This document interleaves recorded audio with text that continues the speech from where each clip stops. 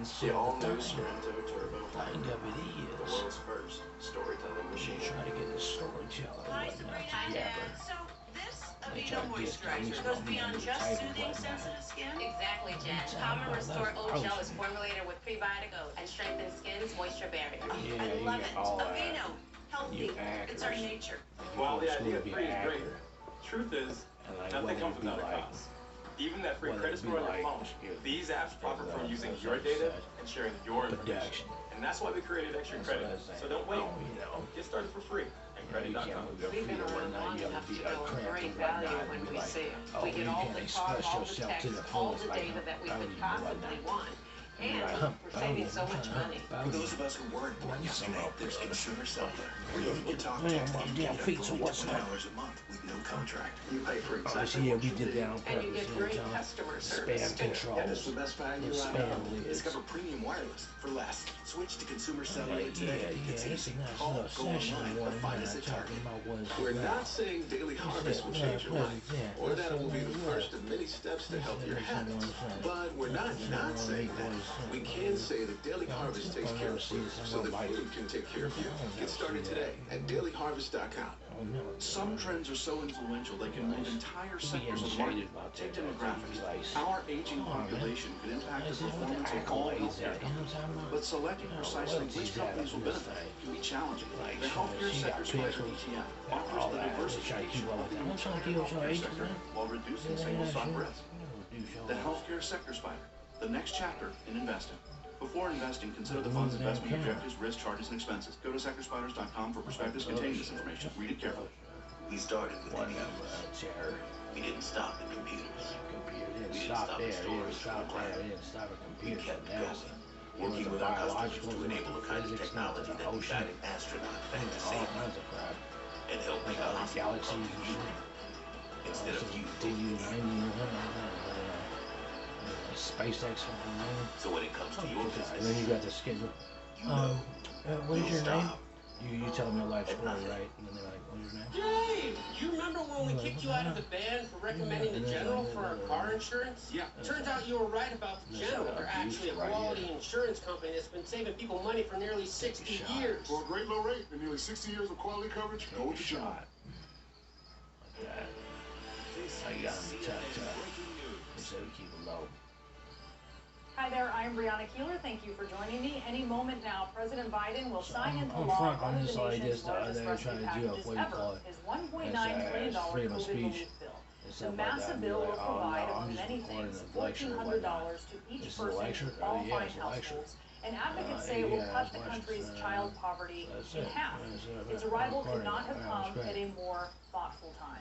1 year ago today, Tom Hanks revealed he had coronavirus. Yeah. The NBA shut down games Tom Hanks after used an to fill that outbreak, in, so and Americans began to so I'm gonna realize look that into this this here. pandemic could And like impact this their now, I'm lives. listening to There this, were like, about all the 1,000 rolling cases schools on and March this here, 11, prime time address and stuff like 2020. that, listening And to this today, and stuff like the that. nation is approaching 30 million. Joining me now is CNN senior White House correspondent Phil Mattingly.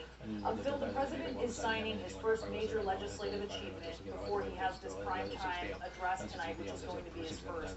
Tell us what you know about what he plans to say in this speech tonight. Nothing. Yeah, Brianna, look, it's a day of major moments. Obviously, signing this bill will be the capstone of the priority, the top legislative priority for this administration going into office. They've now accomplished that, and this primetime speech will be an effort to do a couple of things, according to White House officials. The president will obviously look back at what's transpired over the course of the last year, 529,000 dead and still dying over the course of the coming weeks and months. That is something the president does well. Whether it was the day before his inauguration, whether it was when the nation hit 500,000 deaths, he regularly tries to look back and remember.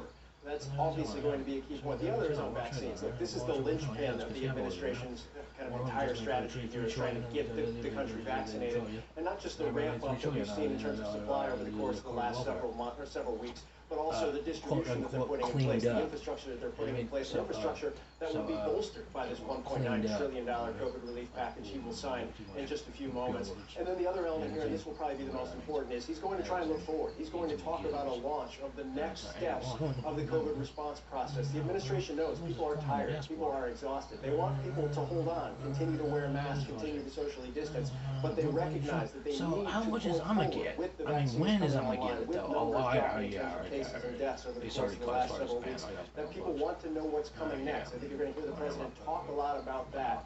But again, an emphasis will certainly be on what he's about to sign in just a few moments. And one other thing to keep an eye on, Brianna, the administration is already launching into their blitz to sell and message this proposal, the importance in their minds of what this $1.9 trillion will actually bring to the table. The president, they announced yesterday, will make a trip to Pennsylvania on Tuesday, and they just announced that next week the president and the vice president will be heading to Georgia as part of the effort to talk about this proposal. Why does that matter? Well, were it not for Georgia and the two Senate Democrats who hail from that state because of runoffs on January 5th, $1.9 trillion wouldn't have even been remotely possible. Democrats would have been in the minority in the Senate. Mitch McConnell would have been the Senate Majority Leader. Obviously, Democrats are in the majority now, and because of that, the president is about to sign this cornerstone legislative proposal. Yeah, just very symbolic. Phil Mattingly, thank you so much for covering the White House for us. It is remarkable for President Biden to be signing such a sweeping piece of legislation just 7 weeks after taking office. So how does it compare to past presidents and some of their signature achievements? CNN's Tom Foreman has been tracking that for us. How does this COVID relief bill stack up, Tom? Well, it is big, it is popular, and it is super fast when you compare it to the records of previous presidents in terms of getting their major legislation through. Look at this, 51 days compared to these much higher numbers for everyone else. So what else were they doing? Donald Trump, in his almost first year, he occupied all this time trying to get through this giant tax plan. What are you talking about, dude? You look like, not Phil Mattingly, you look like the other dude, you look like Phil, Neinbrecher. You want to get a sandwich? What kind of sandwich you want to get? I'm not getting them sandwiches. No. Hold the salt in mind. Hold the salt in mind. Population, especially as they realize the impact of it would not and what are you talking about? Hold the salt in mind. A lot of people got an advantage, but they were more concerned about money that went to wealthy people out there and how they got set up. Barack Obama, the Affordable Care Act, he pushed that through. That was something that wasn't so popular, it was passed by a razor-thin margin, but became more popular as these measures settled in with the population and moved on forward. Big, very everything passed with no